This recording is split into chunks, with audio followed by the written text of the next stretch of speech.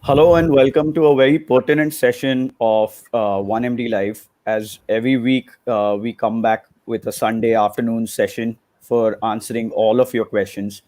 This session, I thought, was an extremely important one considering the discussions that are going around on suicide and with the extremely sad demise of actor Sushant Singh Rajput. A lot of people in India and across the world are commenting on what their speculations are about this topic and how one should reach out. And there is a whole lot of social media, outrage about XYZ. But what we really want to focus on is the science, the mental health science behind it. And so I have Professor Dr. Shashank Joshi, who's a Dean of Indian College of Physicians, and he will be moderating the session. He will introduce our esteemed panel, and then he will be taking your questions as you have about mental health, depression, and suicide prevention. So please feel free to ask any questions. And Dr. Joshi, please go ahead and introduce the plan. Thank you. Namaskar and welcome back. This week's focus is going to be on mental health, and the focus has been going to be purely on suicide prevention. And we have two of the world's foremost experts with us. And thank you, Anirudh. Anirudh belongs to 1MD. He has been consistently hosting this Sunday afternoon show. And I'm really grateful to our Guru Anna, Dr. Harish Shetty, and Surgeon Captain Asif Iqbal, Dr. Ahmad, for joining us today. So, Professor Asif will be introduced by our good friend Guru Anna, Dr. Shetty. Dr. Shetty actually needs no introduction. He is omnipresent. He's a mind healer. He's a mind guru. He's a magician par excellence. But I need to give you a couple of lines of his work in this. Up till now, we knew that he's a disaster man. He's a go-to man if there's an earthquake. He's a go-to man if there's COVID. He's a go-to man if there is a post-traumatic stress disorder. It was Professor Shetty.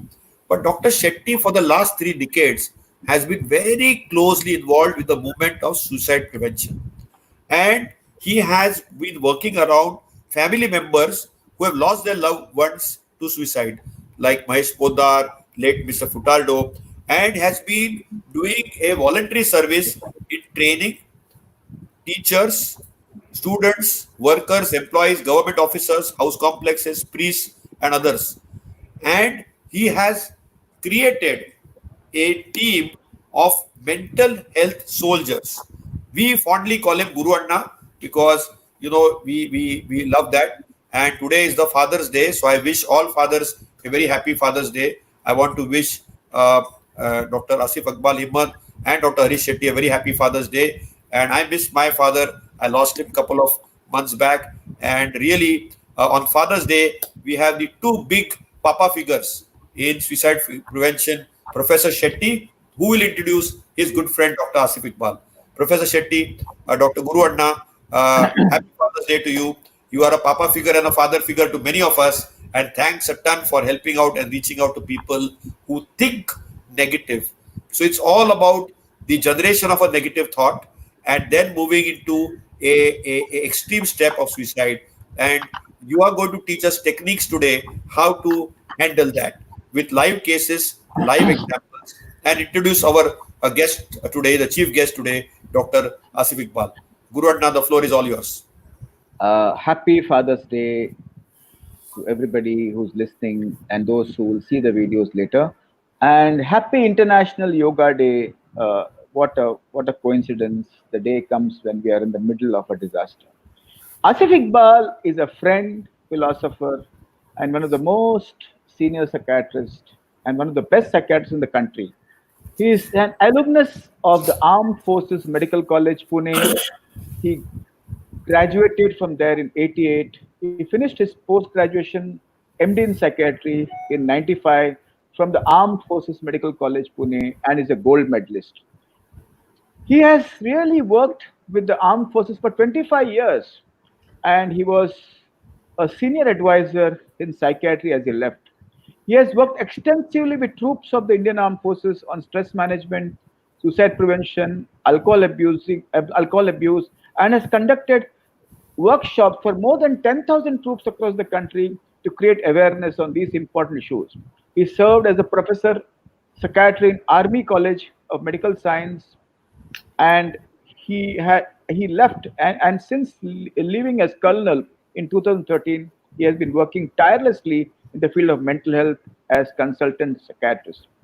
He has a rare experience of having conducted psychological autopsies on a number of unfortunate suicides to understand the reasons leading to the event so that suitable recommendations could be implemented to bring down the same in the armed forces. His areas of interest are depressive disorders, elderly psychiatric issues. His mission is to improve availability of and accessibility to mental care for the needy by bringing down stigma towards psychiatric patients and create awareness. Apart from being a passionate practitioner, he's also a popular teacher who is sought after by a lot of younger colleagues for his work experience and acumen. He specializes in comprehensive psychological care, utilizing solution based treatment methods for a wide range of problems. Asif Iqbal, we are extremely fortunate to have you here, and it's our luck, it's our prarabdha that you are here. And over to Dr. Shashank Joshi. He has had a haircut since we last met. I don't know how and where, and I've been trying to have one for a long time, but I feel I'll ask him after the show. Go ahead, Shashank. No, no, I'm telling you right away. I cut my own hair with the help of my mother, and I think I was successful in it. So as our prime minister said, that we have to be self-reliant and atmanirbhar. So this is my and you have taught me and made me mentally strong and resilient in this journey. So Dr. Shetty, thank you so much. And today is also the World Music Day, just like the Yoga Day. So it's yoga, music, and also Father's the Day. Father's Day. So those are the three things which Professor Asif, you have been involved with hundreds of suicide prevention activities. What are the key learnings you want our viewers to learn on how to prevent self harm? Because it's all having that granularity from a thought of self harm. And what are those red telltale signs or symptoms which people at large should pick up immediately, that these are the red flags, and then we can catch them, intervene them, and reach out to people like you, because you are the modern pioneer of suicide prevention. So sir, can you throw some light on this? Thank you, sir. At the outset, thank you very much, 1MD, Dr. Shetty, and Dr. Shashank for hosting me to address such an important issue. And it's a very mysterious issue, and the less we know about things, the more speculation happens. And suicide, the question that you asked me, I think just addressing this question would take the whole webinar. So as we go along, we will keep taking more questions, and I'm sure what you have asked will get covered. I want to just make a few basic statements about suicide, and we'll take it forward from there. Suicide, the term is derived from the Latin word suicidium, which means to kill oneself. Now, it's a very strange phenomena. Humans are the only beings in the animal kingdom which show this suicidal behavior. And one would say that every species in the animal kingdom has a basic basic instinct for survival of self and survival of species.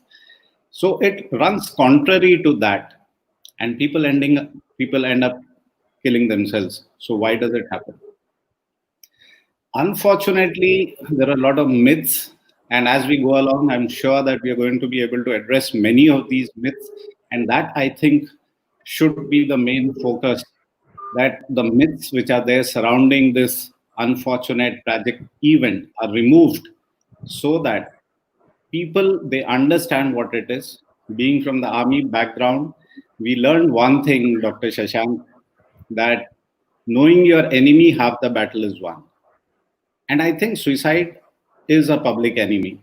It's a public health issue.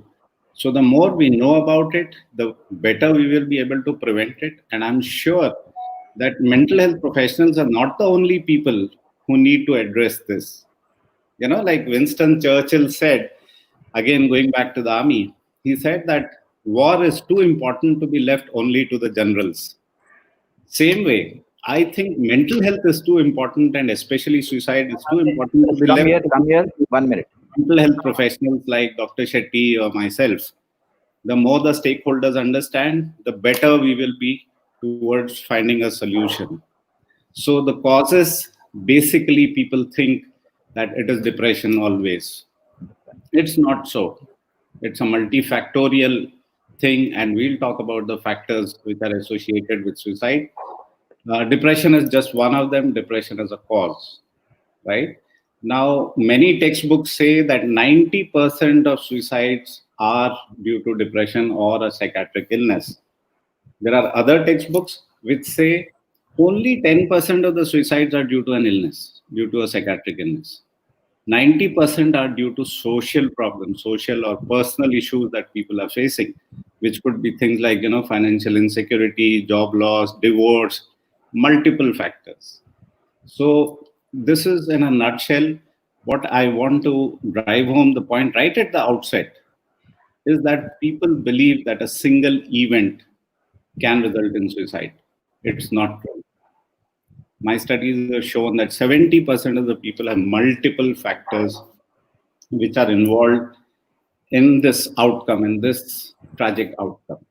And another myth which I want to address right at the beginning is that talking about suicide to a person who's suicidal can induce him to kill himself or herself.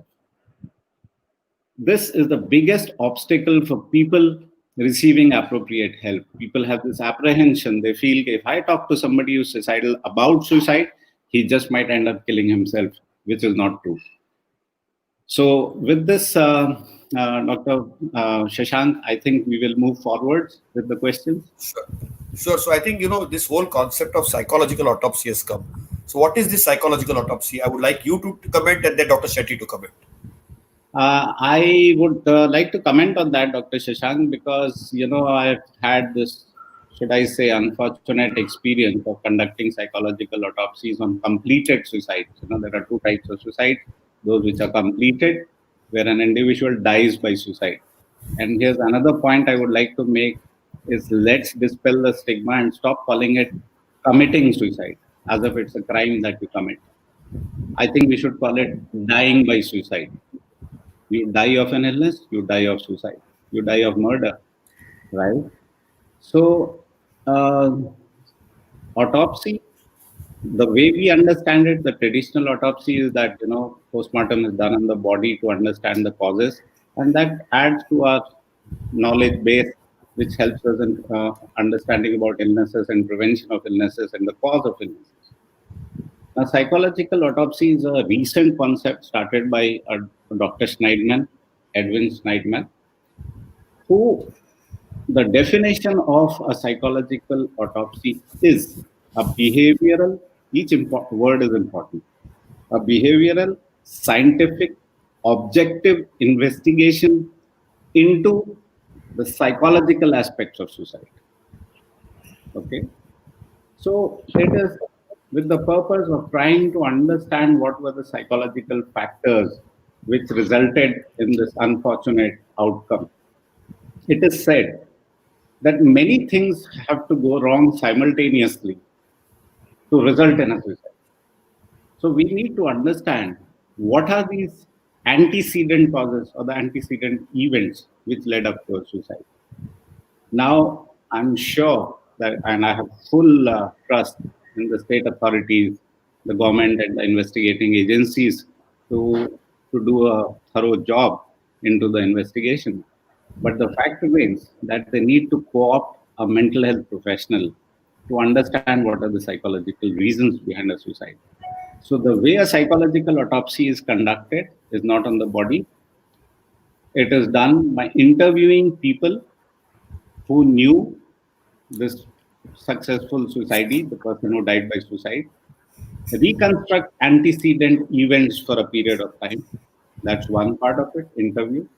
Second thing is to go through the personal documents of this individual.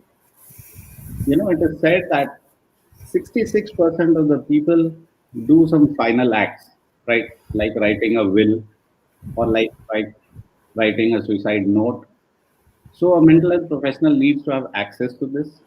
And the third thing is, which is very important, and this is where that we had faced difficulties, was getting access to the findings of the state authorities in the case. They feel that there will be blame game and things like that. It's not so. It is not a fault finding mission. It's a mission to find out a preventable lesson for us. So once the inquiry is completed by the investigative agencies, they can be reviewed by a mental health professional.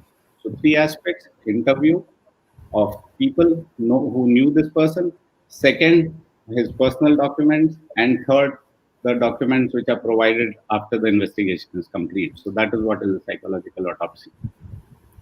So, whole idea of this autopsy is basically to unlearn from and deconstruct and reconstruct the environment in which the circumstance led to the tragic event. Dr. Shetty, how do you view this?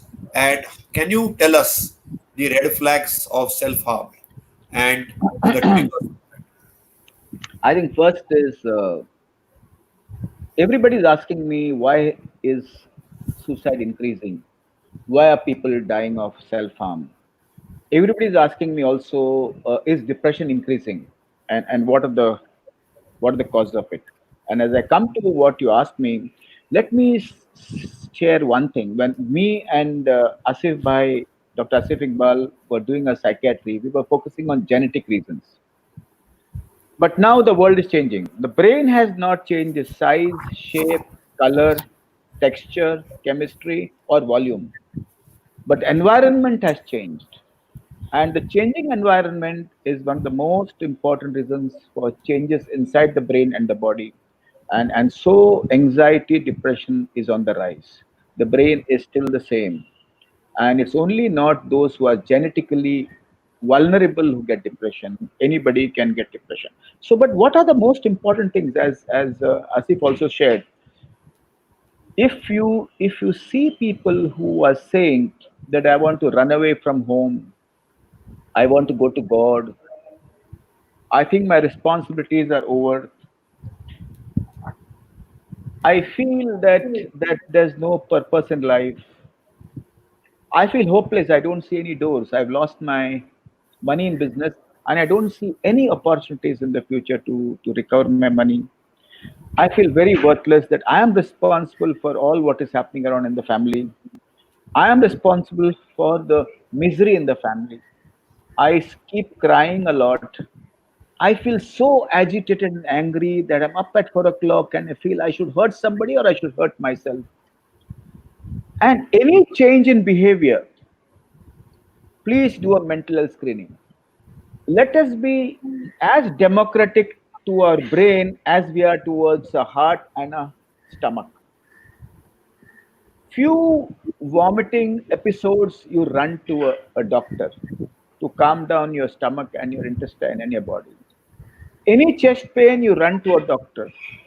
Let us respect the brain as much as we respect the heart and other organs. So, any change in behavior, do a mental health screening. And lastly, just to answer a question, even a single thought of harming oneself should be screened by a professional. Nobody should start giving lectures of nothing is wrong with you. You have a father, mother, you have a son, you have a daughter, you have money, everything is right for you. And why are you having this thought? Think of everybody else. Any single thought should be screened for its strength of the thought, for the likelihood of the person harming himself or herself. Lastly, as we go ahead, we'll say more. I still remember this young boy, 21 years old, failed in his exams. He was the darling of his family. He always never let down himself as far as studies were concerned. That year, he had a breakup and he was extremely sad, was not concentrating on his books. And he was ashamed to tell his parents because he did not want to hurt them. And when the sudden incident came, sudden anxiety, as Asif said, that there could be other factors beneath it, he ended his life. Uh, some research later says that 50% of suicides may not be because of depression. And in fact, in the psychological autopsies which we conducted with children for the last 10 years, we found that there's something, some frustration tolerance. Suddenly, there is a thought. Suddenly, there is something which happens to them, and the mind gets completely hijacked by the thought, and the frustration tolerance being low, they die of self-harm. And my dear Dr. Shashank and Asif Bhai, what is very important to understand that life skills are not taught in thousands of schools. Parents are very upset when a child cries at home. They do not understand that crying is an opportunity to build resilience. A tantrum is an opportunity to build resilience. Crying when you say no, a tantrum when you say no, are opportunities to build resilience. So building resilience, Dr. Shashank, starts from early childhood, and that I think is very important. So, Yes, Dr. if I may Asif, add to what Dr. Harish Asif, Bhai would you said, like to, yeah. yeah, would you like to further elaborate this? Yes, I think he has made a very, very important point, Harish Bhai, about the warning signs which are there. And I want to say this about the warning signs. Most of the studies have also said nearly two-thirds of the people who attempt suicide have actually mentioned it to someone. And this here again is a myth that people who talk about suicide rarely commit it. I've conducted in the workshops many polls where I've asked people this question: do you think if somebody is talking about suicide, he will do it? And to my utter surprise, most of them ended up saying, no, doctor, if he wanted to do it, he wouldn't talk about it. And, this is like that old adage saying that, barking dogs seldom bite, or something to that effect. कि अगर करना होता तो ये किसी को बताते नहीं. But the truth is exactly the opposite. They talk about suicide. So, as Harish Bhai said, anybody talking about suicide, take it very seriously. Okay. So, this is a point which I wanted to highlight. And the other related issue is you talking about suicide to an individual who's expressing these thoughts of hopelessness or showing warning signs. The warning signs is a change in behavior, which could be like, he's become socially withdrawn. Here's an individual who was very happy-go-lucky. Now he stopped talking to others. He's withdrawn into a shell, has started drinking or using drugs excessively. He's talking about hopelessness, that there's nothing left in life. Or an individual has become irritable, doesn't want to mix up with anyone.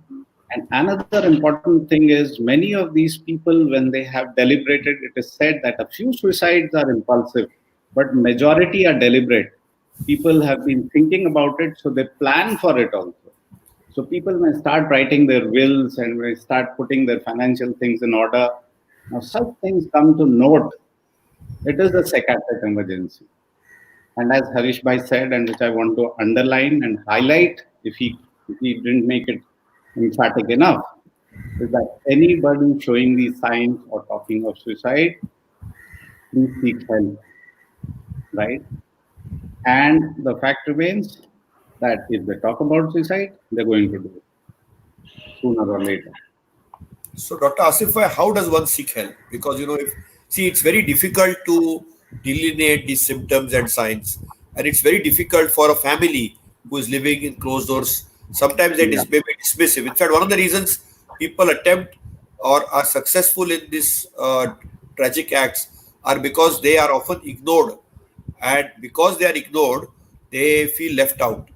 And whenever you True. feel left out or ignored, then you attempt all these drastic measures. So, who should they seek True. help with? And is Yeah. there in the social media spectrum with the whole? I think it's a game changer, and a lot of people who have a mental issue often resort to engaging themselves beyond their family, and I think they have a social family now.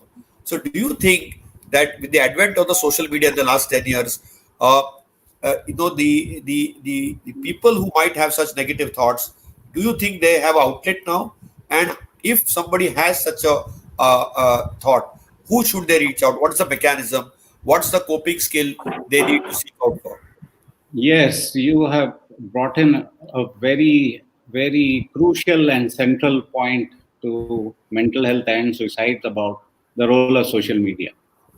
I think social media is a great friend as far as relevant, pertinent, actionable information dissemination is concerned. The way, जैसे what I mean to say is, आज हम information को disseminate कर पा रहे हैं, we have a reach, so people can access us and see what is the actionable, useful information. But on the flip side, it is a double-edged sword. We've also read about contagion suicides, where it's been unfortunate that couple of fans of a celebrity seeing about it on the social media have died by suicide themselves. So that's a problem. How do you restrict the harmful or the deleterious effects of the social media from impinging on an individual who has unlimited, on demand, on tap availability of the internet? And how do you ensure that relevant information is the one which is filtered and reaches them? So there are a lot of resources, Shashank bhai, which are available to people on the internet. Suicide prevention helplines have been established by many government agencies, NGOs run it, and there are international bodies also. There's the International Association for Suicide Prevention who's doing phenomenal job. The WHO has a toll-free helpline. So the point is that the more stakeholders that get involved, the more likely is the fact that an individual will access help, appropriate help. So the first thing is awareness. Awareness about the fact that this is a real threat. Somebody who's talking about it in the family needs help. In fact, many social scientists have named suicide as a cry for help.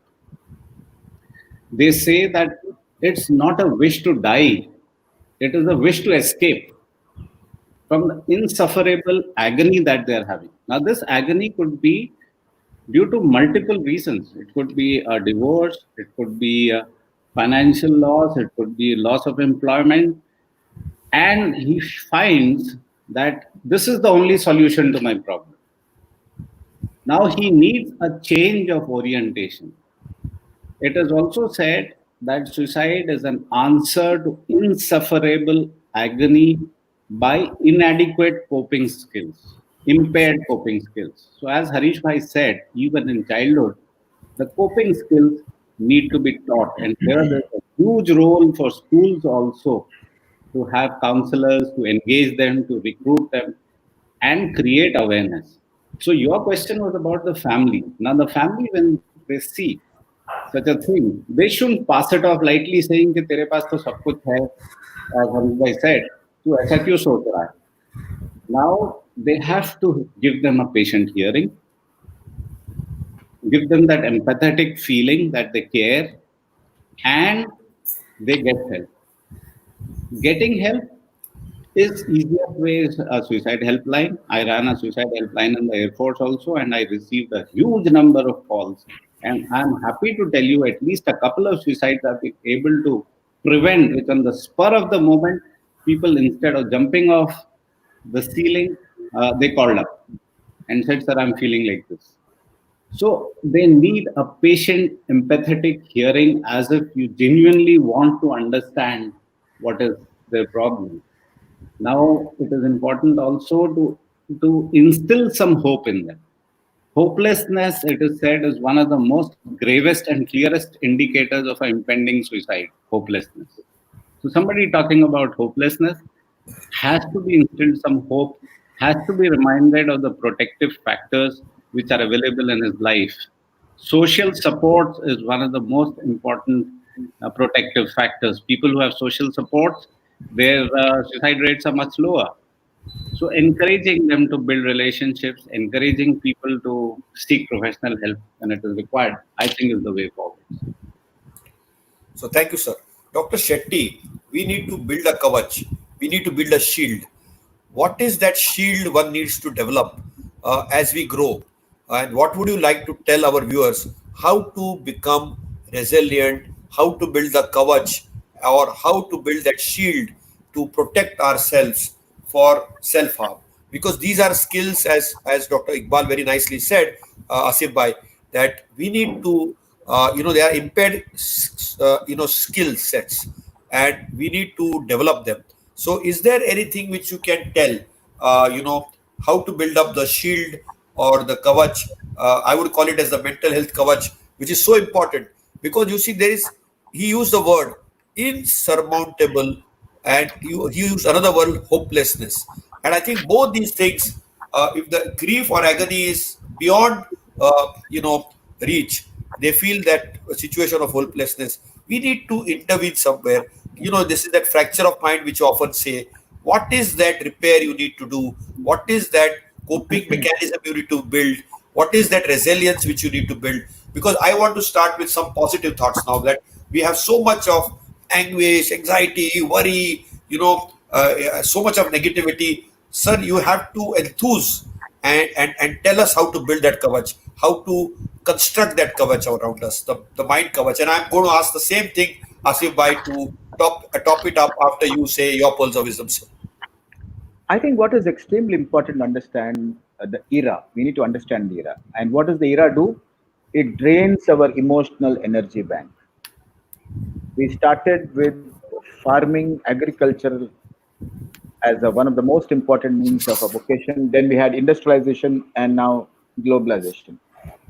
Globalization has fancy words.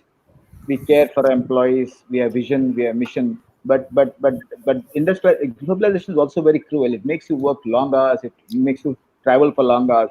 So what is drained? You may have a very fat bank balance, but your emotional energy bank is drained. So the first most important thing is building emotional wealth, which will sustain you inside the family, outside the family, and in your workspace. And building emotional wealth could be through different mechanisms. So, as globalization disconnects, we need to help people and ourselves to reconnect with our loved ones as far as possible. Steal time so that you're not seen in every function, you're not seen in every marriage, every funeral. You find time for yourself and you find time for your family. There's irrefutable evidence that yoga, meditation, other practices help mental health and build the energy bank. There's irrefutable evidence that physical activity can build your mental health and your energy, emotional energy bank. But what is very important is problem solving abilities, managing crisis. And that I think has to start right from childhood childhood and here what is important is in school life skills management has to be taught in schools. Teaching people to seek help when they are in trouble is extremely important. Reaching out to those who are alone, reaching out to those who are vulnerable is also important. But the five most important things are: number one, focus on your emotional hygiene. As you clean your body every day, see that you clean your mind by being aware of your feelings and sharing your feelings with people. Two, see that you're supported and connected. Don't remain in isolation. Martyrdom and victimhood is a sure prescription for a dangerous implication.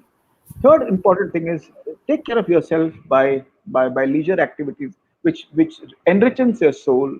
That is extremely important.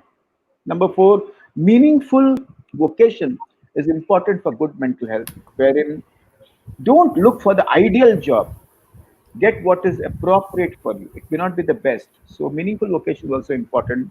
And service to mankind also helps mental health. That is, kindness and compassion is also a very important recipe, an important mechanism to really feel good.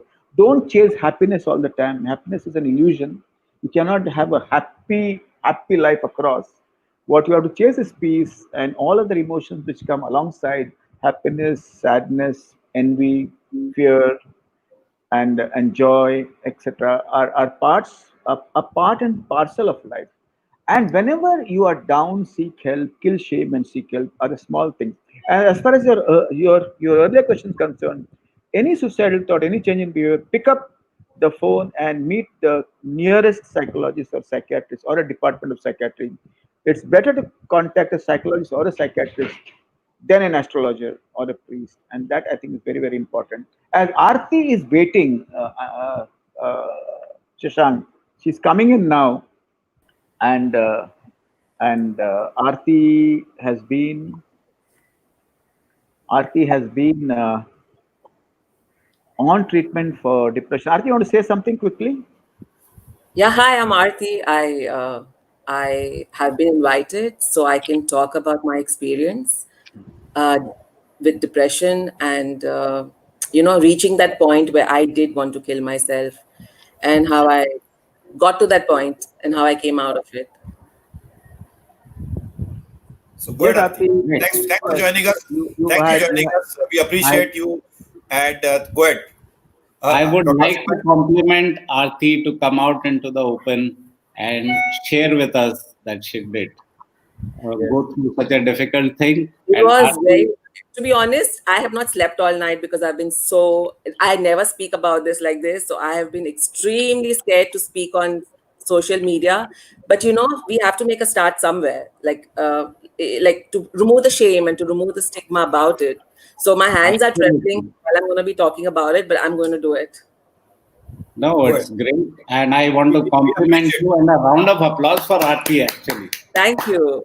Thank you. Aarti, people like you are the friends of psychiatry who've gone Thank through you. it and who can share. So it normalizes it for other people also that this is a problem. And suicide is just a symptom of depression also. So when you develop depression as an illness, it is a symptom. The way in malaria you get chills and rigors, when you develop depression as an illness, it's a symptom like that. You have suicidal thoughts. So Right. don't worry about it. You are in great hands with such a fantastic team like Dr. Harish Shetty. You're doing good. Thank you. Thank you. So I'll start with my story. 8 years ago, now there's a lot of backstory to it, but I will start with the main incident. So I've had a lot of trauma in my life, but around 8 years ago, I found out that I was pregnant. I was married, I was on vacation in Europe, and yeah, I got excited, whatever, came back here. And for the first few months, I was like, yeah, I'm having a baby and, whatever. But then as time went by, I found myself feeling very low, feeling very depressed, feeling like, I've lost the fun in life. Like there's no enjoyment anymore. And I couldn't speak about it to anybody because I was ashamed of feeling like this, because everywhere I would see, happy mothers on TV, happy pregnant women talking about how excited they are and how much they're enjoying pregnancy. And I thought I'm the only freak who's a bad mother, who is having thoughts like, I wish I wasn't pregnant. I wish I could. And at the same time, I love this child, but it's getting to me so much that I wish, I could not have the baby. Like I bad thoughts in my head, which I kept repressing and saying, it's okay. Didn't talk about it to anybody because I was again ashamed to tell people. And also at this time, I had already been in psychotherapy for 7 years because I had gone for therapy 7 years ago and I continued it then. So I would have weekly sessions with my therapist and I would tell him I'm feeling like this. And he would try to talk me out of it. When I would come out of that session, I would start feeling good for one day. And again, the thoughts, the just no enjoyment in anything. And this went on. And the seventh month, I fell down from a chair. And I had an underlying condition which I didn't know. It was called pregnancy-related osteomalacia. So I was in agony. I was in pain. I was in a wheelchair. I was on bed rest. So from a full life, like, lots of friends, like full-time working, uh, busy, busy, busy all the time. I went to this phase where I'm lying in bed, absolutely in pain, unable to do anything. I can't take medication for the pain because I don't want to hurt the baby. I can't have an X-ray to find Like that, right? what is All wrong like with it. I didn't even know that it was pregnancy-related osteomalacia. I just thought that I'm going to be a cripple for the rest of my life. And these thoughts, oh my God, I'm never going to be able to take care of my child. I'm going to lose my business because I cannot go to work anymore. And at the same time, my husband also, I'm not blaming him, that's just him, but he kind of couldn't cope with my sadness. So he distanced himself, like he kept at work, he would not be there for me. So I started feeling very alone. Like I didn't know who to turn to. I mean, what's going to happen to me? Like, my husband's going to leave me. My business is going to go away. My body is not going to take care of me. How am I going to take care of this child?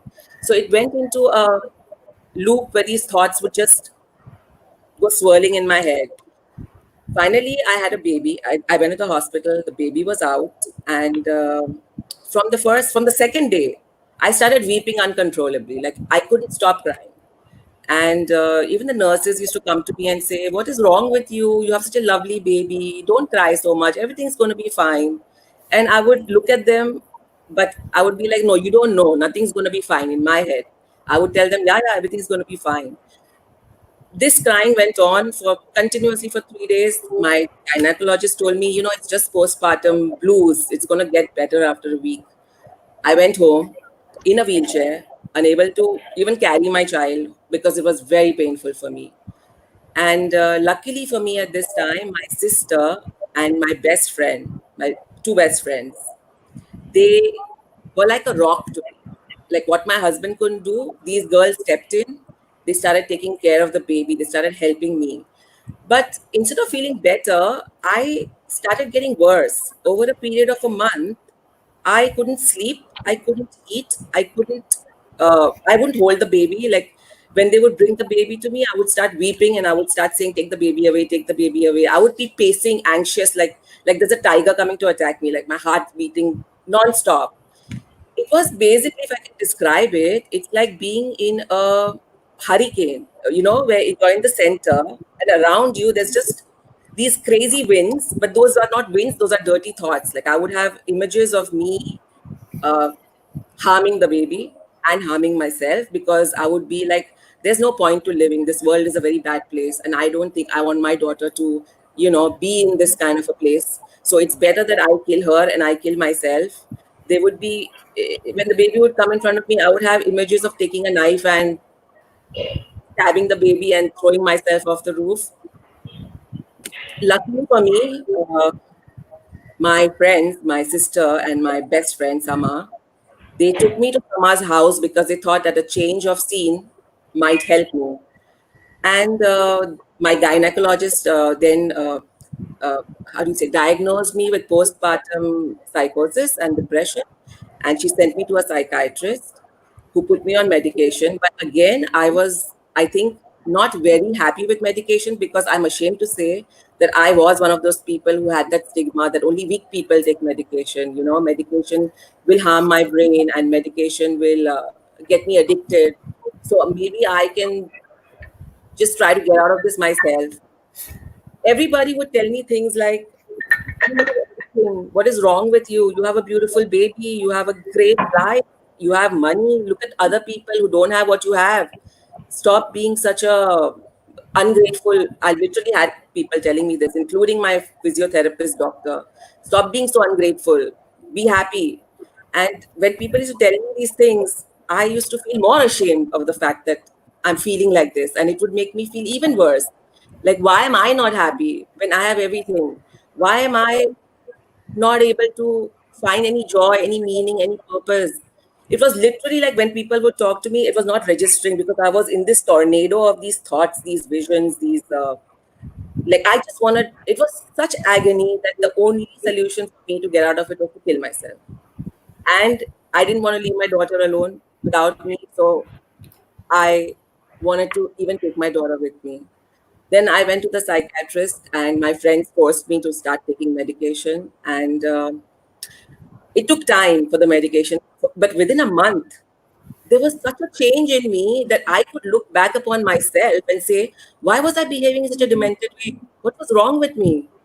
Like literally, like something in my head changed, and whatever was dark and whatever was ugly and whatever was hopeless became normal. I could enjoy life again. I could see the joy in things again. I became a loving mother. I started, after a month, it took me, I started holding my child again. I refused to hold my child till then, till I got better. And that's the story of my postpartum depression. And I thank God for those medication, because if it wasn't for the medication, I think neither me nor my daughter would have been alive today.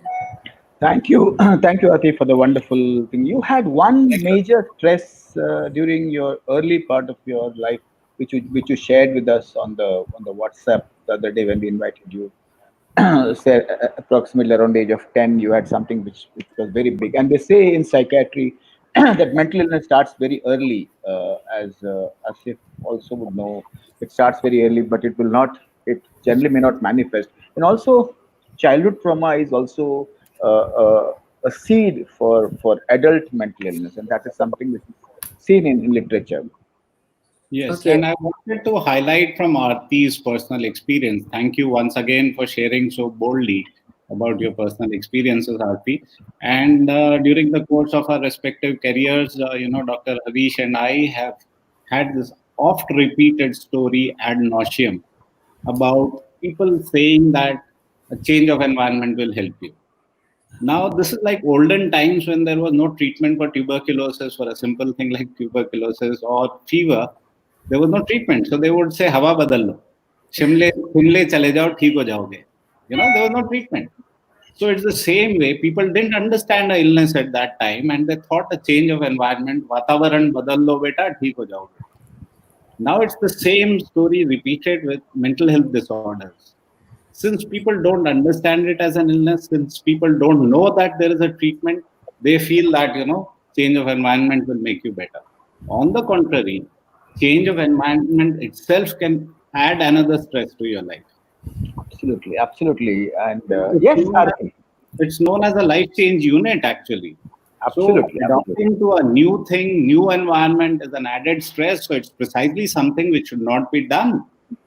Okay. Second thing is now treatments are available. And Shashank bhai, I seek your indulgence here for 2 minutes for me to talk about medications. It I'll is, just finish with Aarti and then we'll yeah, talk okay, about it. Yeah, yeah. sure. So Arti, you are awesome and you are a rock star, and I think we really congratulate your guts to talk about yourself, and I think that little switch which happened in a positive direction, makes you worthwhile, and it's so awesome that you could share your thoughts with us. We are grateful to you, and I think I personally am grateful to you. So is our Guru Anna, Dr. Shetty, who is our So mental one expert. one So I think event he which has you clear said. converse. But I want to just No, share one sec. one thing. Yeah, Shashank, yeah, one Dr. sec, one sec, Yeah. one sec. Yeah, yeah. I I think asked you Dr. Shetty wants me to share my childhood traumas, which I don't really one. talk about them, but I will. So when I was 10, it started with me. I was witness, like in front of me. I saw my mother being murdered, and from there I was brought up as an orphan, and a lot of things have happened to my life. Like I've been mugged, I was sexually abused as a child, I was in relationships with physically violent men, like uh, like I have scars on my body to prove it. And I had my house destroyed in the in the floods that happened in Mumbai. Like these were all very traumatic incidents for me. At work, like I was a garment manufacturer, and uh, I had a lot of stresses with that too. So I did have a period of very severe anxiety also that I went through, because like they say, when bad things happen, they all happen together. So a lot of these things happened together, and I did have a severe panic attack issue also. Absolutely. So what would you want to tell our viewers as of now? A lot of people have joined. Uh, like in what way? Like what would you What like? what, what should they do if somebody is depressed among their family members, among their Yes. So I feel that the people in your life play a very important role in either making you better or making you worse. Like there are toxic people around you who can really, really make you pull you to the depths of depression, and then there are wonderful people who will be your support. But for God's sake, do not tell them to be strong and not be weak. And because these people don't want to be depressed, they don't want to kill themselves. It's just that you feel like doing it because you're going through so much mental trauma and mental I can't explain to you how agonizing it is. Uh, so don't make it light and tell them, you're so selfish, you only think about yourself. Think about everybody around you, how they must be feeling. Because when you are in this fog, you literally are so absorbed by your negative thoughts and this dark evil cloud that you're in, that you can't relate to anybody outside. You don't know what, you don't care about yourself. Why would you care about other people? You cannot see the light at the end of the tunnel. There might be rainbows around you, but you can't see them. Like something that your mind does to you, I don't know what chemical process that happens in your brain, but you just can't see the rainbows. No matter, there might be unicorns around you, you will not see them. You'll only see dark witches and ghosts and monsters coming to attack you. That becomes your perspective. So your message is seek help at the earliest, seek support Yes, from people who are positive. Thank you, Ati, for coming, you're and welcome. we'll join you at the end of the program. Thank you. Yes, thank you. Thanks. Yeah, that was a really illuminating experience, Harish bhai. We must have seen it with so many of our patients of depression. And depression as a disorder, actually, as you right at the beginning said, it hijacks our mental faculties. And it is different from the routine depression that you feel. A depression is a feeling you get when you have a loss or you have a setback. But depression as a disorder is distinct. And many patients have said that I've been depressed many times in my life. But this depression is indescribable, it is ineffable, it is worse than any pain that I felt ever in my life. Absolutely, So, sir. Shashank Bhai, go ahead. this is what it So is. we have so many questions here, and a Yeah. lot of people have asked many questions, about children and school, and they you also thought about childhood traumas. So do you really feel that we need to pick up these outliers in school, in adolescence, in adulthood? I saw a group of questions cropping around children, adolescents, and their mental health. And we have these tiger moms and the tiger dads who have some unrealistic expectations. They all get bottled up, and it's all about emotions, and it's all about these bottled up emotions, unrealistic expectations, which there is, as Dr. Asif Bhai said, there's no outlet. And when there is no outlet, then it actually becomes an inlet. And that inlet actually then wants to explode. And as Arti said, there's a cloud. And then once in that you are in that zone, or you are zoned out, or you're in that cloud, then it's very difficult to break it. And by the time it manifests, maybe a decade or two goes away.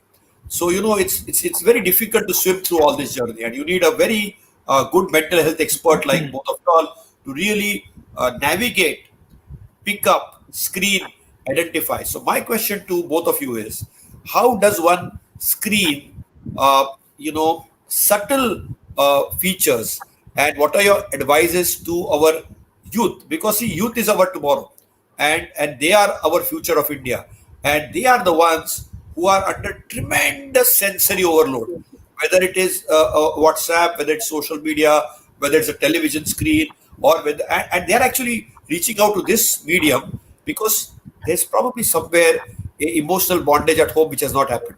So I think I would start with Dr. Asif Bhai, and then maybe Dr. Guruvatna can take over. Okay, what are those little small things which, and these are all little small things which eventually deconstruct and will prevent the overall health and well-being, so that we don't take such extreme self-harm steps? So Dr. Asif Bhai. Yes, you've brought attention again to a very, very significant finding that majority of the suicides happen in the age group of 15 to 44 years. So it is the younger people who die by suicide. And it is said in the age of 15 to 29 years, it is the second leading cause of suicide, of death, which is more than accidents, cancer, or other illnesses put together. And as they say, childhood is the crucible for adult personality, right? So the youth and the children at that age and at that stage of their life, they need to develop certain skills and they need certain things which will help them in their future life. Now, there are certain youth specific protective factors. It is like contact with a caring adult is very important. Now that caring adult communication two-way could be at the school, it could be with a parent, it could be with a sibling who's an adult. But for a child, a contact with a caring adult is a protective factor against mental illnesses. At the school, a sense of connection or participation in school is very important. There are exercises for developing positive self-esteem and coping skills. A child who's constantly rebuked or told that you aren't doing well or is facing, sibling rivalry or peer pressure tends to develop low self-esteem. Now, low self-esteem, again, I want to say, is a early warning sign of depression and future problems like suicide. Low self-esteem is a big problem. So we need to encourage our teachers at the school and at educational institution to have a positive regard for a child, focus on his strengths. Every child has certain weaknesses and certain strengths. Focus on their strengths. Give them a lot of emotional positive feedback. We are, as human beings, have a tendency to criticize anything wrong, but it doesn't come naturally to us to praise something which has been done. It is also significant for schools and educational institutes to run and have access and care for substance use programs. In fact, this is there by I think the UGC or someone has an initiative for educational institutions to run a substance abuse awareness program in their institutions. Now, substance abuse is another what we call addiction. Substance abuse is again very intricately linked to suicide because a lot of people under the influence of intoxication have been found to have killed themselves by suicide. So awareness about substance abuse is another thing that we should focus on in educational institutes. And I'm sure Harish can add some more. Absolutely. I think I would like to tell all the youth who are listening to the show, there are many guys worth living for and no guys worth dying for. When I mean a guy, a boy, or a girl, you will have breakups in school and college. In my experience and in my research, before the age of 21, there can be at least 3 breakups. So these breakups are actually lessons for your life. So no dying. And when you have a breakup, please share it with everybody. It's not because you're bad that you had a breakup. It's because love can have birth, growth, and death, even much later in life. And that I think is very important. But if you feel very bad about yourself, you feel you are responsible for the breakup, and you feel down, immediately see to it that you go to the school counselor or a psychologist or a second. All parents, when the child is down, no pravachan at all, no long sermons at all. India is full of pravachankars. You may be the most intelligent person on this earth, you may be the corporate honcho, but you are not equipped to handle your child's mental health. Immediately see a friendly neighborhood psychologist or a psychiatrist. Remember one thing, the age of depression is going down. Younger children are getting depressed. The age of suicide is going down as a behavior. Younger children are more prone to self-harm. The age of substance abuse in children are going down. Younger kids are taking a role to substance. So my dear youth, exam में fail कभी ना कभी होएंगे. लाल line का भी अनुभव लेना बहुत जरूरी है. There are many exams worth living for and no exams worth dying for. Staying alive is very important. Stay alive, life will turn out to be beautiful. Now, the third most important thing in schools, teachers and principals. If you hear any child talking about death or dying, being absent, talking about going to God, talking about I'm the worst kid in the earth, please, for God's sake, see to it that you escort the child, not send the child. Escort the child to a counselor. Because when you send, they don't go. And that, I think, is extremely important for you to understand. And for adults, I still remember this incident, Asif and Shashank. There was a CISF guy who killed his senior at Bombay airport. It is an old story. The doctor at Mumbai airport saw the man 3-4 days before. He was depressed. The doctor insisted that he should go and meet Dr. Harish Shetty. Somehow he said, I will go with my senior, did not come, and he committed that offense. So a lot of people who are depressed can also commit angry offenses, which is something which is very important. And as far as kids are concerned, life skills training should be very important in schools. And for all school principals, you spend so much money on annual days, Founders Day. 4 annas per child per day is the cost of a counselor in a school. 2 rupees per day per child is the cost of a counseling center. Please invest in counselors and counseling centers. You'll find that the mental health of the school would be extremely nice. And in this corona period, don't have too much of online classes. 1 साल बच्चे का गया तो कुछ नहीं होने वाला है. Focus on mental health of the children, because when you focus on mental health of children, you're going to create an adult who's mentally equitable and knows how to take care of his health and knows how to take help when he's down. And that, I think, is very important. At this point of time, we get Aditya Sankla, who's waiting, and he wants to meet both Dr. Asif Iqbal, Dr. Shashank Joshi, and Dr. Harishit. Aditya Sankla, Anirudh. Aditya is a businessman, and he's... Good afternoon, everyone. Good afternoon, Aditya. How are you? Thank you for joining us. We are obliged that you decided to join us. Yeah, Aditya, go ahead. I'm good, doctor. Thank you. Thank you for having me here. You have been taking medications for long. Can you share your experience, sir?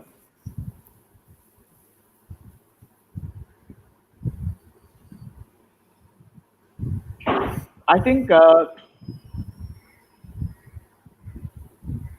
hello? Aditya, are you there? We'll wait for him. I think his screen has got hung. Maybe Anirudh can sort it out. So, Dr. Shetty, by the time Aditya joins us, there are 2 major issues which I want you to answer. Yes, sir. The children particularly. One is impulse control and second is attention deficit. And do they have any bearings on the mental health of anxiety, depression, which in turn might have a mental health on self-harm? So these are 2 important diagnosed conditions. A lot of pediatricians feel that attention deficit doesn't exist, and a lot of this impulse control doesn't exist. But do you really feel that these 2 conditions have any lineage, impulse control and attention deficit? We'll start with Asif. Yeah, actually, ADHD, attention deficit hyperactivity disorder, has been the bad child of child psychiatry. Actually, there is a lot of controversy, but I have no doubt about it that it is a tangible, legitimate illness. Actually, yes, maybe we are stretching the boundaries too far. That over-inclusive and including a child with a little bit of overactivity as a disorder. And the other issue is that a lot of people believe there is nothing called adult ADHD. Now they say in the adults also it is there. So even the pharma industry is being blamed that they are spreading the borders so that they can get more treatment. But it is a genuine disorder and it has future implications. So that needs to be treated. Now that Aditya is back, we will talk about it. Yeah, later. Aditya. Hi, Aditya. Can you hear me? Go ahead. You come. So the second thing is about impulse control disorder. Impulse control disorder is also known as intermittent explosive disorder. It's very much a treatable condition and it is there. It's just that it should not be loosely diagnosed. Seek help to see that it is actually a disorder before intervening. So can you tell us more about this intermittent explosive disorder? Yeah, see, the issue, Shashank Bhai, for mental health professionals like us is that many of the symptoms which are seen in disorder are also a part of normal human experience. So where do you draw a line? I mean, being sad or depressed or angry by itself is not a disorder. It becomes a disorder when it is causing a lot of socio-occupational deterioration or harm to you.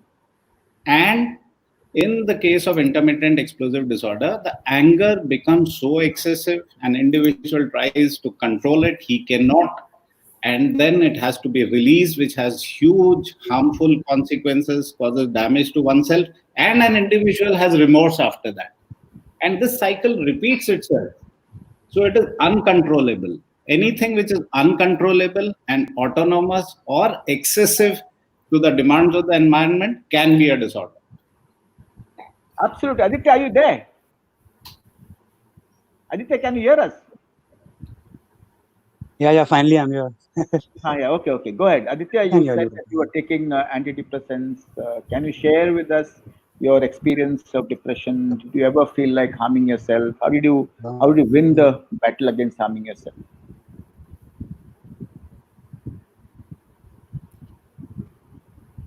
Rainy day today. Wi-Fi is a big issue. In the morning also, when I was trying to join, it was difficult. Aditya, Can't hear. yes, Aditya, can you actually hear us?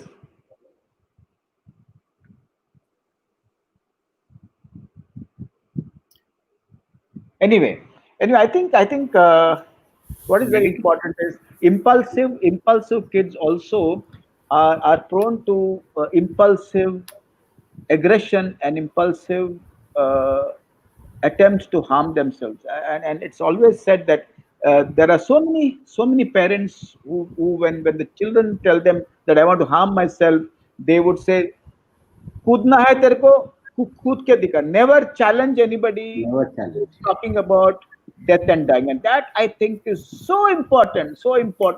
Even if you think it is manipulated in your understanding, even if you think it is because to change the environment in the family to get something, it is important that you screen the person, because such help-seeking behavior is also not appropriate and it is abnormal. So never challenge anybody who threatens to harm himself. At this point of time, we'll get Shubrata Prakash, who's already there, waiting for us also.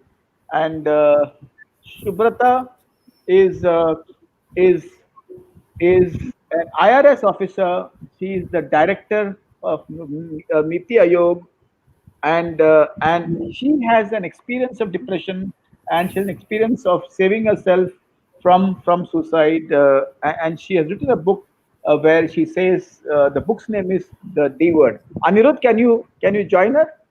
Can you help her to join? Until she comes, I would also want to say that so many people say, Asif Bhai, yoga can cure depression.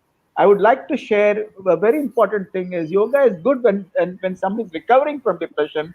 It adds to the entire process of recovery. Completely agreed. But when somebody has a fracture of the mind, complete fracture of the mind, and you just cannot think, it's all frozen. Sayan Dharavi and Switzerland appears the same.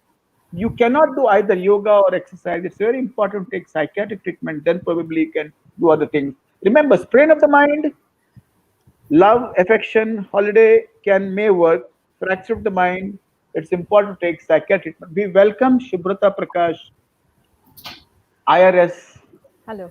and Thank you, madam. Thank you for director joining us. at Niti Thank you Ayog, for having me. for her experience to understand, to help us understand her experience in depression and how she fought the ideas of self harm. Thank you for being here. Yes, Shubrata ji. Thank, We have thank we you have for Dr. having Asif me. Iqbal and Dr. Shashank Joshi. Yeah. Um, when I was fighting depression, when I was really in the depths of depression, and everything used to seem very dark, and there were days I would just be lying on bed, not able to do anything. So at that point of time, I often used to wonder that why am I even alive? I'm not doing anything. I'm just kind of like a vegetable. So these thoughts always used to come to me. And the pain of depression, I mean, it's like people who don't have depression don't understand the kind of pain someone is going through. It's like something has happened, and except that nothing has happened, something like that. I don't know if I'm making sense, but that is what depression feels like.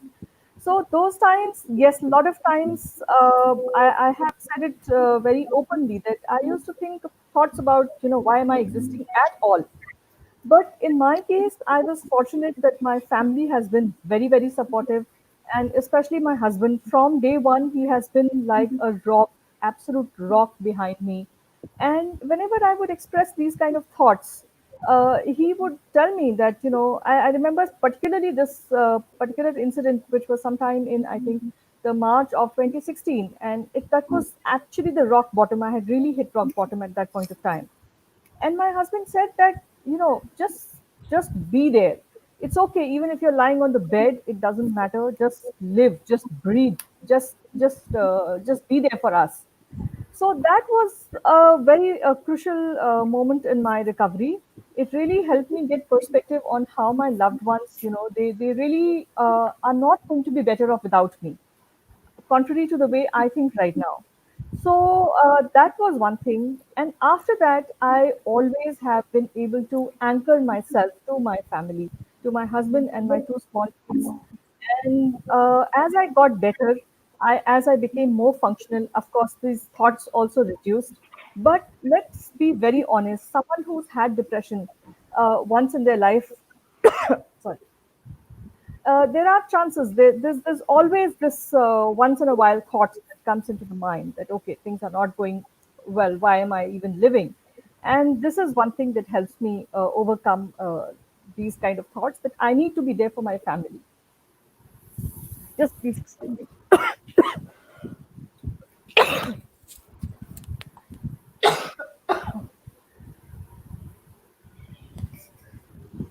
And that's a beautiful thing which is said, that her husband and her family supported her. And as Asif Bhai would agree, that social support is one of the most important aspects of preventing a suicide attempt. And Shubrata Prakash, I saw one of your videos when close relatives would come and meet you, and they would utter a lot of other sentences. Yes. इसको हंसाएंगे, इसको नचाएंगे, तो इसका depression जाएगा. Huh. That's what I remember when we were talking last. I said, "Ki हाँ, थोड़ा सा गाना बजाना कर लो, and you'll be all right." It doesn't work that way. It really doesn't work that way. Gana bajana is all right for someone who is feeling sad. That is the thing, the difference between sadness and depression. So someone is not feeling that, it's a cloudy day, so you're feeling a little low, or something didn't go right, a movie show got cancelled or something like that. So at that point of time, distracting yourself or doing something different may cause a little spike in your mood. But depression is something totally different. And that's the thing, people don't understand what it is unless you've gone through. And as Doctor said, I've had these experiences when a lot of people have told me that, what are you depressed about? Now, generally, we are sad about something, but we cannot be depressed about something. It's a mental disorder. It's something which has probably made changes in my brain, because all thinking, all behavior originates inside the brain in the form of neural firings. So something, and that aspect somehow is missing in all the dialogue that we have on depression, I've seen. Because, like I have also said this, that a lot of times I would feel that my brain is either not able to signal, or the brain signaling is not reaching my muscles. If I'm supposed to get up, my brain is just not able to message that get up. And I find that I have the energy when I make an effort. Like if someone would coax me, like my husband would say, hold my hand, get up. So when he would do that, I could get up. That means my muscles were working fine. But there was some fault in the brain signaling. And this is something that, neurologists, psychiatrists, doctors, that's where I look up to you. That's where you have to probably take the lead. Because coming from someone like me who's a layperson, it may not be that much of a dent in the stigma. But when you guys say this, someone is going to listen. And the body of research on this aspect of mental disorders is growing. But of course, we don't have the tools yet to completely map the brain and see what's happening there. Maybe we'll have it. Dr. Shetty is optimistic 10 years, I say 20, let's see. Maybe there will be a time when actually people will be able to see inside the brain what's happening. But right now, it's not there. So we have to make do with what is available. Asif, you want to ask ma'am any questions, sir? Dr. Yes. Joshi? Yes, Shubrat, again, thank you very much for coming out into the open and sharing your personal experience. That will encourage more people to follow You set an example. So do Thank you. you? Yeah. Yeah. It's Shubhrata, by the way. Shubhrata. Shubhrata. Shubhrata. Shubrata. Subrata. Okay, Shubrata. So, Shubrata, do you feel that you could have received the appropriate help much earlier? Do you think anything could have been done so that your suffering wasn't for so long? It must have taken you some time, before you actually reached the help. Is there some way you feel you could have reached earlier? Absolutely. I have always been saying this. I have written this in my book as well. It took 5 years for me to actually get diagnosed with major depressive disorder. 5 years. 5 years is a very, very long time. And I wish, at that time when I was showing signs of postpartum depression, that was the start of all this. So, if I had the means and the resources, if there was enough awareness in me, in my immediate social circle, and to be very honest, I would extend it even a little further to say the medical fraternity, because I'll come to that a little later. But yes, it could have some if this had been flagged as signs of depression, as signs of postpartum depression, I could have gotten the therapy, the help. Maybe I would not have gone and medication. If I had taken at that time, it might have worked. Because in my case, medication did not work because over a long period of time, I took medication for 3 to 4 years, and I had reached a very bad stage. Nothing was working. But yes, maybe if at the beginning itself, see any kind of physical or mental disorder, I personally believe that if you catch it, when it is still in a stage where it is not grown very big, it is possible to get better outcomes. So that's the answer, doctor. Yes, definitely. Shashank, you want to ask ma'am something? So, Shubrata, you make a very important point, and I think first of all, you are a living legend, and I compliment you for going through the journey and Thank sharing the you. journey. And I think the second thing is that you make a very important point that, like, I'm an endocrinologist, I want to do thyroid, I write T3, T4, TSH, I get the value. I can tell you that you have thyroid or not. If I have to treat diabetes, I do a sugar test, I know what it is. Yeah. Similarly, if you have a mental health disorder, I don't have a functional MRI of the brain to tell you that, look, Shubrata, you have depression, you have some amount of anxiety. All these are abstract scales. And I think as the medical research evolves, I wish there would be a simple biomarker or a simple scan to identify this. But short of that, you know, I think I want to ask this question to Dr. Shetty and Dr. Asif when you are on the show. Sir, is there a hope with this cutting edge? The 2019, 90 to 2000 was a decade of the brain. And in the US, where mental health has advanced to its peak, they did a lot of research in neurochemistry, biomarkers, the serotonins, and all these biomarkers, and all these functional MRIs we have, the functional PET, the NMR spectrum of the brain. Sir, will there ever be a, a a mind map, just like we have a CT scan of the brain or MRI of the brain? I think Shubrata has, asked a very, very pertinent question that early screening, is it just getting a counselor in a school or an office or in the community, or can we get a tool one day where we can just get a mind scan done? Dr. Shetty first and Dr. Asif, and I would like you to stay here, madam, because that's a very pertinent question. And I think if we get such a simple scan, we are good. I think there are certain home videos which have been analyzed in patients who have had schizophrenia much later, and they have found certain evidences there in those home videos, which is also very important. But these are yet in the era of speculation. But there's no any concrete evidence there. Now, as far as depression is concerned, there's a lot of research on the biomarkers also, as Dr. Asif will agree. But still, we do not have conclusive evidence. Me and Shubrata, we have been chatting for a long time, and she was saying maybe in the next century, you said, people will know why Hari Shetty is depressed and why Shashank Joshi is not depressed. What are the causes? I told her it's not century. I think in the next 10 years, we'll be able to crack the code of this. And as of now, I think a lot of research is being conducted, but we still are a long way. And the most important reason is Depression is not a linear phenomenon. It's not Very pancreas true. gland stops insulin and you have diabetes. We still have to yet crack the code of the brain. We have only a few neurotransmitters which we have understood, and I'm sure that the brain the secret of the brain is not enmeshed, or is not classified into various parts of the brain. It is all a beautiful enmeshed, and that enmesh I think will take a long time. But what is very important also Shashank, is before my friend comes into the answer this question, is how did you Shubrata, how did you beat the ideas of suicide and self-harm? That is what that's what I just spoke about. That it was basically I anchored myself around my family, and as I say this, I also know that I'm fortunate because a lot of people have shared experiences where family has not been supportive.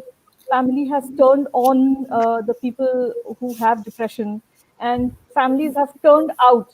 People have lost homes and families because they have depression.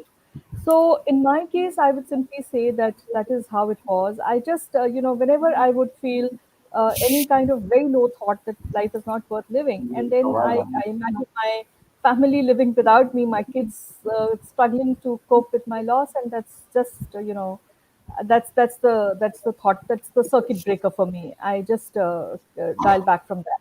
So What that a is how. beautiful word you said, circuit breaker of suicide. Yes, I think that's a yes, fantastic sentence. But you also said you anchored on your breath. I saw your videos yes. of the past. Yes, that also helps.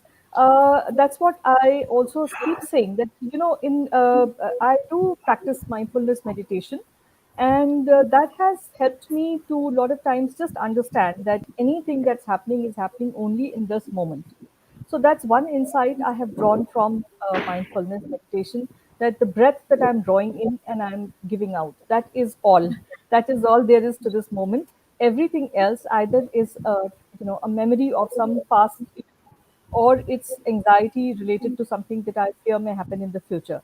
And at this point of time, it's just this breath. So this is one thing that has helped me. And that's another thing that I keep saying to people, that if you have nothing else to live for, like suppose my family was there, I could anchor myself around them. And some people have some cause or something or the other. Mostly it's family. But suppose you have nothing to anchor yourself to, just anchor yourself to your breath. Like just focus on drawing your next breath and releasing that breath.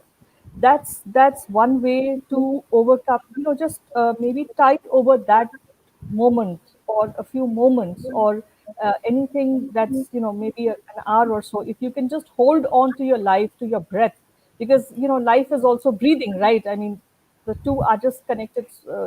That's how it is. And I also would like to use this opportunity to say that this is all right if you can manage it, but if you cannot, see, suicidal idea or suicidal thoughts, these are, or an attempt, these are medical emergencies. So if the breathing, if the anchoring of your thoughts is not helping, please do just reach out to the nearest medical hospital that you have. Go to the emergency, tell their duty doctor that you have these kind of thoughts, and you will get attention. If not, simply sedation will work, which will actually prevent the person from doing something, because if you're immobile, you cannot do anything.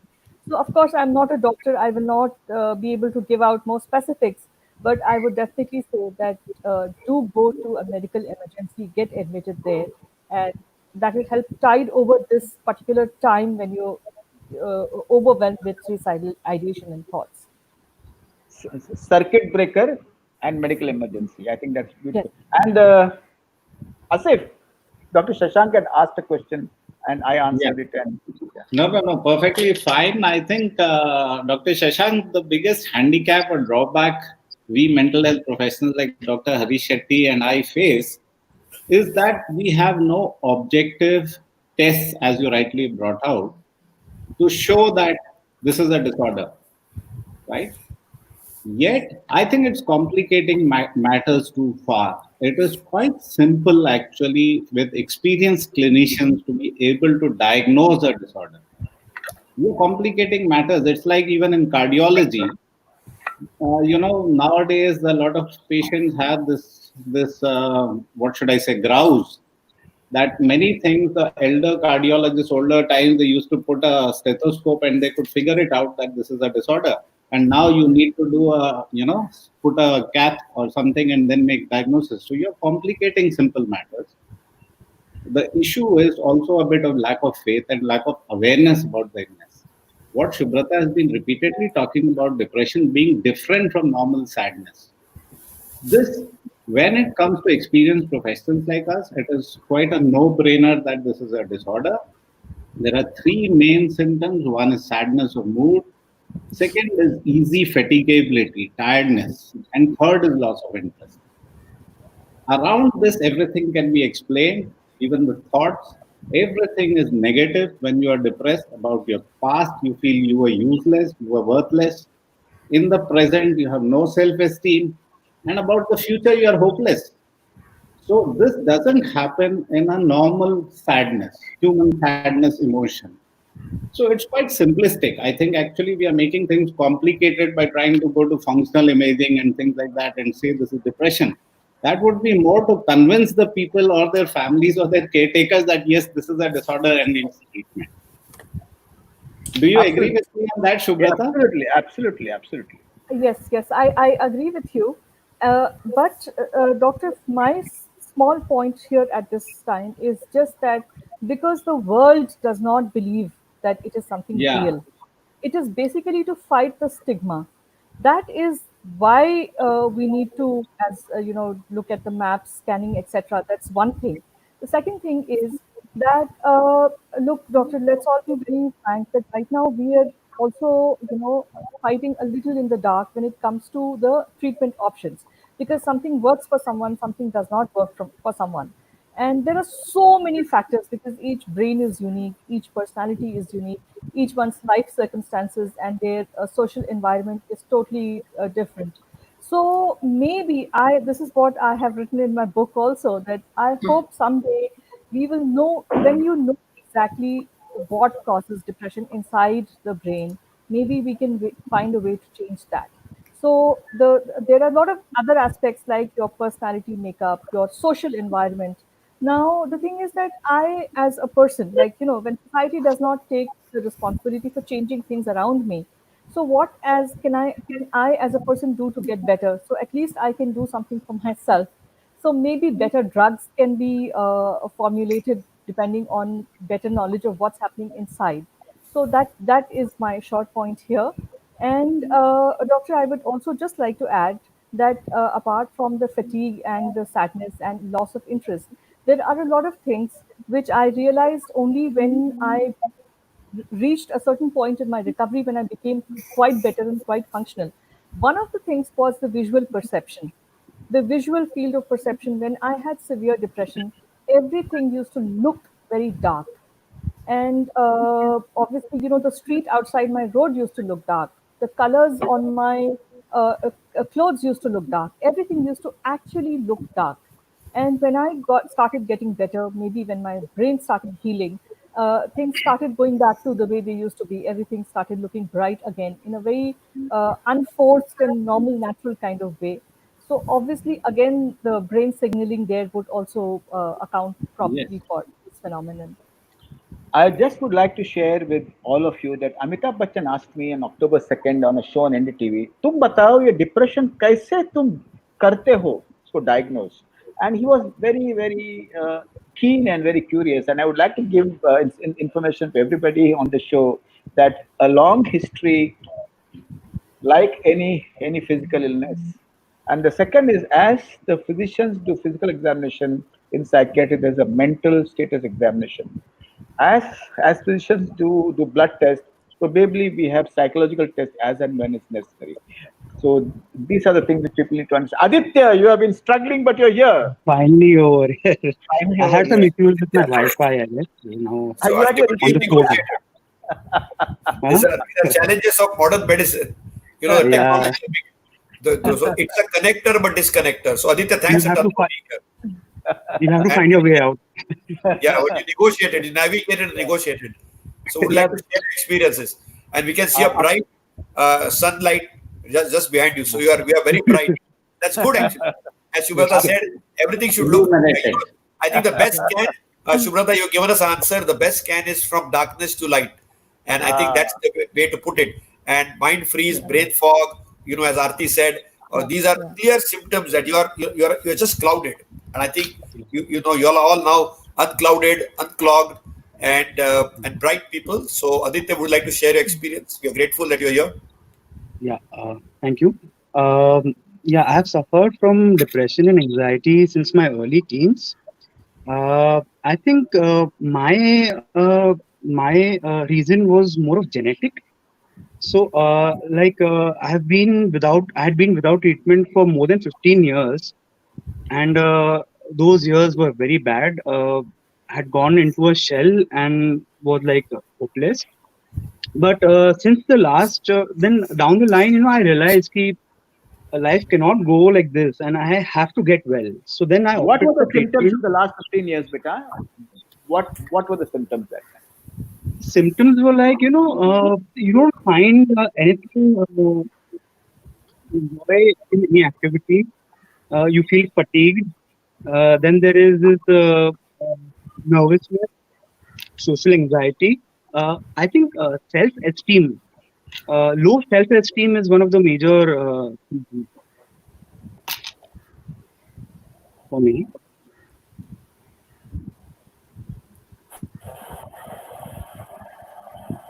Would you agree, Aditya, that the three main areas which got affected, one was your mood, second was your thoughts, and third was also your physical activities, things like energy levels, appetite, sleep, your sexual drive. These are purely physical things, but that also got affected during that phase, right? Definitely, sir. I think appetite and you get exhausted very fast when you're depressed. You don't feel like eating, as you said, like the sexual drive goes down. So yeah, these are the first indicators I feel for a person who is depressed. What happened after that? So yeah, so then I went in for a treatment, and I got well in a couple of years, and now I've become totally well. So what I feel is, there's a lot of stigma attached with mental health in our society. If you're depressed, our society automatically assumes that something very bad must have happened to you, like a loss of a loved one, or a financial loss, or some failure. There is no concept of depression due to some biological reasons such as genetics. Uh, so I feel we all need to educate everyone to change their attitudes about this. Also, I feel there's a lot of misconceptions about medication. Everyone is very apprehensive about taking medication, and they feel it's not safe, or it will change your brain. There are a lot of side effects, but this is not the case. Let me assure you, they're 100% safe, and the side effects also side effects do diminish with time and can be managed very effectively under proper guidance. So this should not be a limiting factor when one opts for treatment. Did you Yeah, ever that's what I feel very, very suicidal thoughts about self-harm? Yes, yes. Many times, in fact, during my illness. But I love to take up challenges and do not give up easily. So the hope of getting better anyhow seemed to be a better option for me. So that's what prevented me from taking my life. What was the worst day in your life when you were depressed? Many I can't even remember. There were many days. And how did your family respond? How did you also, have you ever fought with the doctor, I decrease my medicine, your Yeah, psychiatrist? yeah, many times. But now, over the last few years, I have accepted it. Initially, even I used to consider taking medicines as a sign of weakness, but I think there has to be an acceptance of your condition, and then only you can heal. So yes, even I was very apprehensive about taking medications early on in my treatment. Now you're all right taking medication. You're Yeah, accepted. yeah. Now I have no issues with taking medication. Shubrata Prakash has written a book, The D Word. Can you show the book? Yeah. So Dr. The D Shetty, Word. yes, thank you. Congratulations. So And and I would I think request all those who are watching to read this book, and I request anybody who wants to clear her thoughts about depression to read the book. Over to you, Shashank. so, Sorry, I'm Dr. sorry. Gaurangi Raut is a general practitioner and she is a little concerned. She says, don't you think it is wrong to label a person as depressed and treat him or her for the same? Depression is such a horrible word trending. If a person comes to know to say that he or she is depressed, then they are going to take a longer time to come out of it. So I want both our mind experts. These are very brave people. I congratulate all the three of you all. मेरा तो फट जाता था ऐसा सब बात करने को. Okay, so you all are all three very awesome. You all are great people. I am telling you very honestly from my side that I would be scared. So Arti, I would not be. I would have not slept. I would have not come only on the show. Okay, so I was thinking about it. okay. So it's not easy. It's very tough. It's very tough. So but I have also gone through my own counseling, and I think it helps. So Dr. Shetty and Dr. Surgeon Captain Asif Iqbal, what do you think about this whole thing? This is a family doctor who's asking this question. There's so much of negativity around this, so much of stigma around this. As in general, as a psychiatrist, in the US, when I used to be in New York, it used to be a fashion. I have a shrink, I have a dog, I have a coach, I go to my club. So it was like a fashion statement, that I'm going and having a shrink and a mind coach. But in India, if they say that we are seeing Dr. Harish Shetty, it's all taboo. And we are seeing Surgeon Captain Asif Iqbal, it's all taboo. So how do you view that? And how do you answer Gaurangi's question, Dr. Raut's question? Dr. Shetty? Dr. Yeah, Asif, you want to go first? changed. Things have changed a little bit, Dr. Shashank. Now the stigma is reducing. It may not be fashionable to go to a psychiatrist yet, and most of the psychiatrists are still affordable.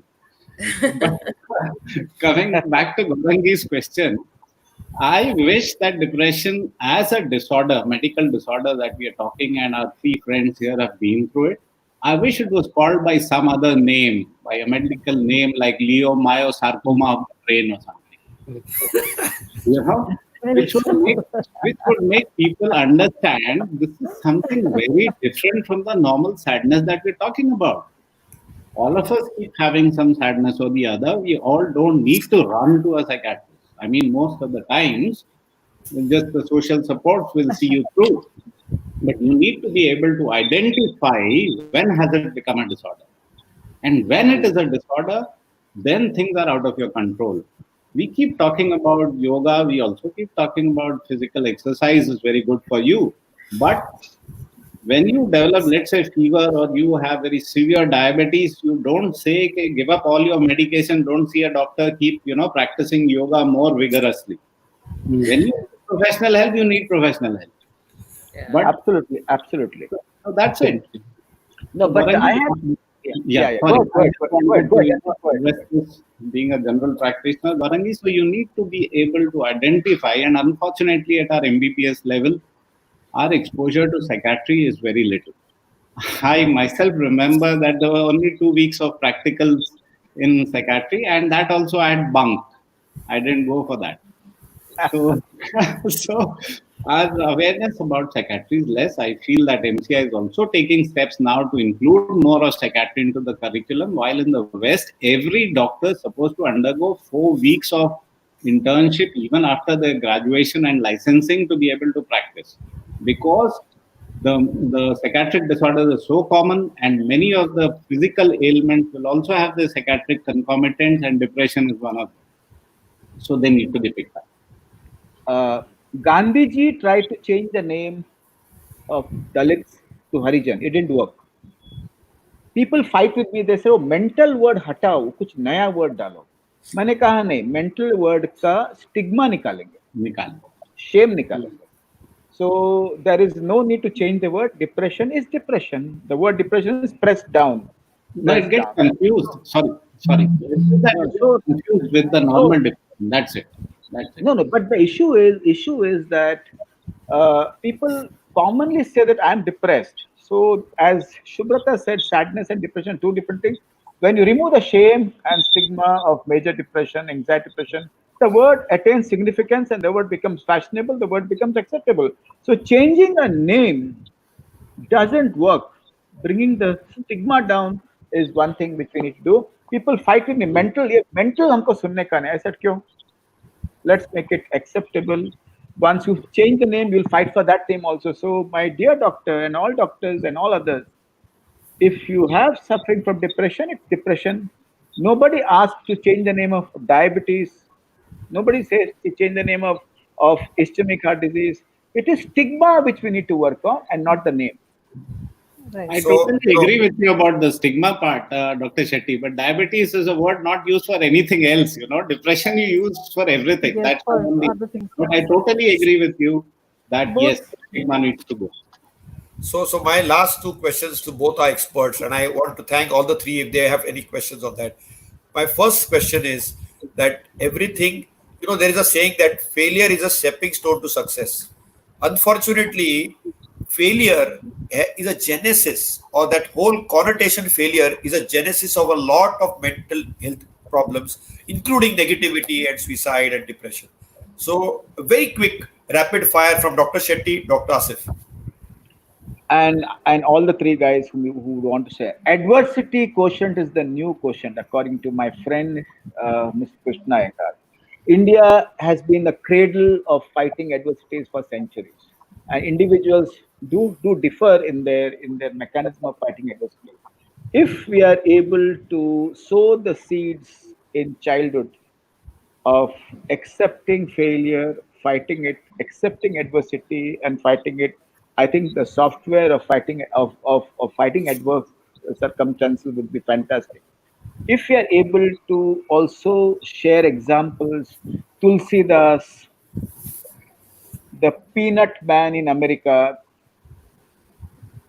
Kabir is a big example. His childhood. Surdas. So if you are able to really talk about genuine people who have fought adversities, who have not glorified their adversities, but talked honestly, I think we need to build the adversity quotient in our kids right early in life.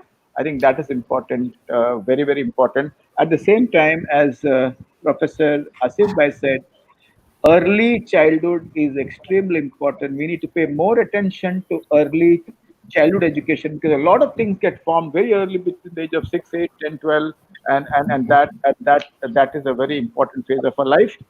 And let us understand that kids know all the adversities which are happening in the family. They may not know the full story. So also share with them at an appropriate age, how did you fight your adversities without sharing your glories, but sharing your stories. So that I think is extremely important. Yes. Dr. Asif. Thank you, Dr. Shetty. I think you made it very easy for one thing to be understood by parents, that we all are concerned about our kids, but let us prepare our children for the journey. Let's get them ready for the journey. Let's not get the road ready for them. Absolutely, absolutely. Many parents, out of over concern, do many things for the children and make the road ready for them.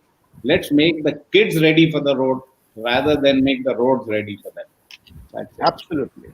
All three of them are waiting to share something. Aarti, Yeah. Aditya, So, and Aarti, Aditya, and Shubrata, a very quick take-home message, maybe just a single line or two lines from each one of you. Aarti? no. I just allow them to share what they. I mean, if you try to constrict them, I wanted to give a message to family members and friends of people who have to take medication, that please do not discourage them from taking medication, because that is one of the biggest thing that we fight, of people telling us, no, this is so bad and how can you, and shaming us. Would you tell the same thing to someone who's having a heart attack, that don't take your heart attack medication, or don't take your blood pressure medication, or don't take a medication for your liver? Then why do you want to stop people from taking medication if they need it? prescribed by a psychiatrist, why would you tell them not to take it?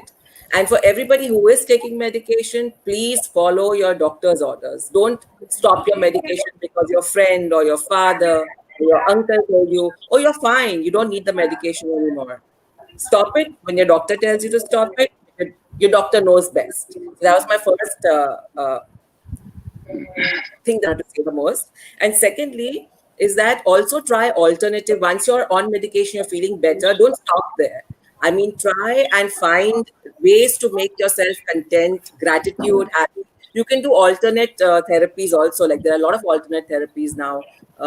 There's family constellation therapy, finding the purpose of your life, exercising. You need to do all these things to achieve a state of not only survival but thriving, existence, happiness. Thank you, Great. thank you. Aditya. Yeah, I want to say that there should be no shame in seeking treatment, and the earlier you go for treatment, the faster you will recover. So you should always suggest someone who's depressed for going to a doctor. Subrata? There are two things I would like to say if there is time. One is Sure. I would just like to read out about 5-6 lines from my book as far as the stigma is concerned, and this is just to take up from where Dr. Shetty spoke about what family etc. say about this thing. So this goes as, if you just get out of bed and move about, you will be all right. Would you give the same advice to someone with a temperature of 103 degrees F? Don't hide at home. Go out and walk a bit. Would you say that to someone who has just suffered a heart attack? Don't take antidepressants. They have horrible side effects. Would you say the same about cancer drugs to someone who has cancer? You are weak. That is why you're not able to snap out of it. Would you say that to someone who has suffered a paralytic stroke? Why are you crying all the time? Why don't you stop? Stop crying is quite the same as telling someone with diarrhea, why are you going to the bathroom all the time? Why don't you stop? So Yeah. this is what a small extract I read out from my book. And the second thing I would like to say is that depression attacks self-worth. And in my case, it had, obliterated my self-worth to the extent that despite having a happy family, a good job, everything that, typically people say that what else you want in life, I was questioning my existence, that why am I even existing? So, adversity, yes, this is the biggest adversity I have faced in life. And I also had a heart condition, a congenital one. I was treated for it, I had a surgery for it. That was nothing compared to this depression that I faced. And one of the things that helped me get my self esteem back, self worth back, was this book. This book, which is, part information, part my own journey.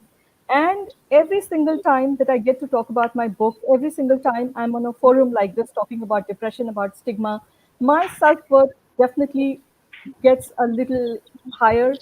It's that feeling of being able to do something, and that is when I say it's death to depression by 1,000 cuts. Every single time that I'm able to speak about the stigma or getting better from depression, that's death to depression by 1,000 cuts. Absolutely. You want to say something, sir? Asif Iqbal wants to say something, then I'll say something, and then you have the last word, Dr. Shashank. No, hats off to Shubrata, and thank you for being a friend of psychiatry. And I think coming from you, it makes a lot of difference because proof of the pudding is in its eating. You have benefited, you've been through it all. I would like to thank Aarti, Aditya, and Shubrata. I think it requires a lot of courage. It requires a lot of courage. It requires a lot of purpose and meaning in life, and it is not easy to find. It's not, and you all three of you are genuine, no exaggeration, nothing beyond, just genuine sharing, and genuinely, as Professor Anand, my teacher, and as what my friend Dr. Asif also said, mental health is too important to be left to mental health professionals alone. I am really touched, I am really grateful, and I'm really honored to have all three of you all. And we all wish that everybody who's listening to this show would take your messages first and then our messages, because I think this is the most beautiful part of the show. And friends, remember all what has been said. Shashank, we'll have the last word. Support, support, and support. Karuna is about oxygen, oxygen, oxygen. Depression is about support, support, support. Mental health help, mental health help, mental health help. No shame, no shame, no shame. And you can live normal lives and you can actually be productive. Lastly, I would like to say that unfortunately, all patients of depression, like patients in ICU, may not go home. In some cases, the illness might overwhelm the entire treatment, and that is something we need to accept. And I really thank you all three. I really am so grateful. Thank you, I sir. think I must thank our three panelists, Arti, Aditya, and Subrata. You all are wonderful people. Dr. Shetty, our Guru Anna, I call him popularly, and Dr. Asif Bhai, Surgeon Captain. See, what did we learn today? We took a break from Corona times. Last 2 weeks, we have been discussing mental health. Last week, we had Dr. Bharat Shah and Dr. Harish Shetty talking. This week, we had Surgeon Captain Asif Iqbal and Dr. Harish Shetty, and our three real experts, the real world heroes. We have taken a break from COVIDology, Corona science, and this virus in the mind. Now we have removed the virus, but we have to conquer our mind. I think conquering our mind is a different pursuit. Mental health is not 2 plus 2 equal to 4. It's not a simple medicine like sugar, thyroid, or vitamin D, or osteomalacia, or whatever you may call it. It's something which we need to be very empathetic, very good as a listener. We need to take a mental health scan. We need to unlock those thoughts, repair those fractures of the mind, take sometimes medicine, sometimes counseling. And it's not easy to get counselors. It's not easy to get doctors like Dr. Very, very Shetty and Dr. difficult. Iqbal. These are difficult problems. We are in difficult times, but we are all survivors. And to survive, we need support, and we definitely need some amount of positive thinking. So stay positive, have a great weekend, and as we close down, some people I told would me. one sec, Shashank, one sec. I would like to thank Shashank 1 minute. I would like to thank Asif Iqbal for coming into this program at a very short notice. He is actually at Sharjah, got stuck because of the COVID. He's an old friend and has worked with the armed forces, the Indian Army, and we all have a little extra regard for doctors from the Indian Army. Asif bhai, बहुत बहुत धन्यवाद. So Thank you. actually, I got a It's call my today pleasure. morning, Doctor. Pleasure was I entirely have to mine. share this with you. The call was that today is just now there is some grahan going on, eclipse, and the world will collapse. And please don't do a show at 12 o'clock. And I said, this is how stigma is evolved in our society. So I'm grateful that during this Surya Grahan time, we all six could converse. People were still engaged, and we need to break some myths. And I think this is unlocking of our mind, unlocking of myths, stigma, and we need to face it with bravery. We need to face it with positive support and take help at the right time. Thanks a ton for all of you all for joining Thank this you. show. I really thank all of you, and thank you so much. And I think we have had a great time. Thank you. Jai Thank you Hind. so much. Jai Thank Hind, you Jai Hind, Jai for Hind. Thank doing you. such a great job by bringing all this to the public and for giving us so much information. Thank you. Thank Thank you, you. Thanks. doctor. Bye. Bye. Don't